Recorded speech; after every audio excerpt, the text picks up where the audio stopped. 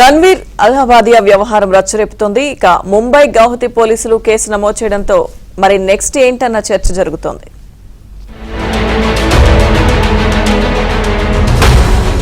Ranveer అల్హాబాదియా Instagram లో 4.5 మిలియన్ల మంది ఫాలోవర్లు, 1.05 కోట్ల మంది యూట్యూబ్ సబ్స్క్రైబర్లు ఉన్న YouTuber, pad castor India's got talent షోలో చేసిన వ్యాఖ్యలు తీవ్ర దుమారం రేపుతున్నాయి.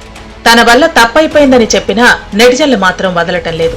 ఏకంగా వివిధ రాష్ట్రాల ముఖ్యమంత్రులు కూడా రణ్వీర్ అల్హాబాదియాకు వార్నింగ్ ఇచ్చారు. అంతేకాకుండా రణ్వీర్ వ్యాఖ్యలపై కేంద్ర సమాచార సాంకేతిక శాఖ సీరియస్ అయింది. ఆ వీడియోను యూట్యూబ్ నుంచి తొలగించాలంటూ యూట్యూబ్ సంస్థకు నోటీసులు పంపడంతో యూట్యూబ్ సైతం వీడియోని తొలగించింది. కామెడీ కంటెంట్ పేరుతో భాష హద్దులు దాటుతుందని శివసేనకు చెందిన రాజ్యసభ ఎంపీ ప్రియాంక చతుర్వేది తీవ్రంగా స్పందించారు. అవసరమైతే తాను పార్లమెంట్లో రణ్వీర్ అంశాన్ని ప్రస్తావించడంతో పాటు రాజ్యసభ వేదికగా విచారణ చేయాలని కోరనున్నట్లు తెలిపారు. ఇక ఇండియాస్ గాట్ టాలెంట్ ఎపిసోడ్ తో సంబంధం ఉన్న హాస్య నటుడు సమయ్ రైనా, ఇన్ఫ్లుయెన్సర్ అపూర్వ మఖీజా ఇతరులపై కూడా ముంబై గౌహతిలో పోలీసులకు ఫిర్యాదులు చేశారు. దీంతో ముంబై సైబర్ క్రైమ్ పోలీసులు కేసు నమోదు చేశారు. అలాగే అశ్లీలతను ప్రోత్సహించడం, లైంగికంగా అసభ్యకరమైన చర్చలో పాల్గొనటం వంటి ఆరోపణలపై రణ్వీర్ పై గౌహతిలో ఎఫ్ఐఆర్ నమోదు చేసినట్లు అస్సాం సీఎం హిమంతా బిస్వా శర్మ ఎక్స్ వేదికగా తెలిపారు.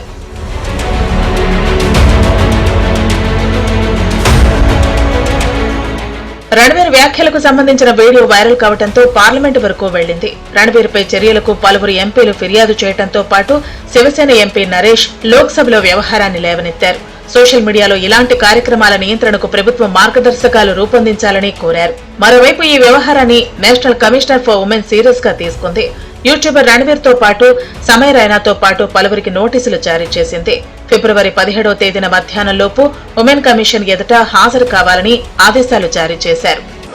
रणवीर इलाहाबादिया सारख्या इन्फ्लुएन्सरनी आई वडिलांच्या संदर्भात अनेक चुकीची विधानं केली. आपल्या संस्कृतीवरती घाला घालण्याचं काम ही सर्व मंडळी करत आहेत. OTT प्लॅटफॉर्मवर लोकशाहीच्या नावावरती चुकीच्या पद्धतीने विषय हँडल करायचे, देवदेवतांच्या विरुद्ध चुकीच्या पद्धतीने बोलायचे.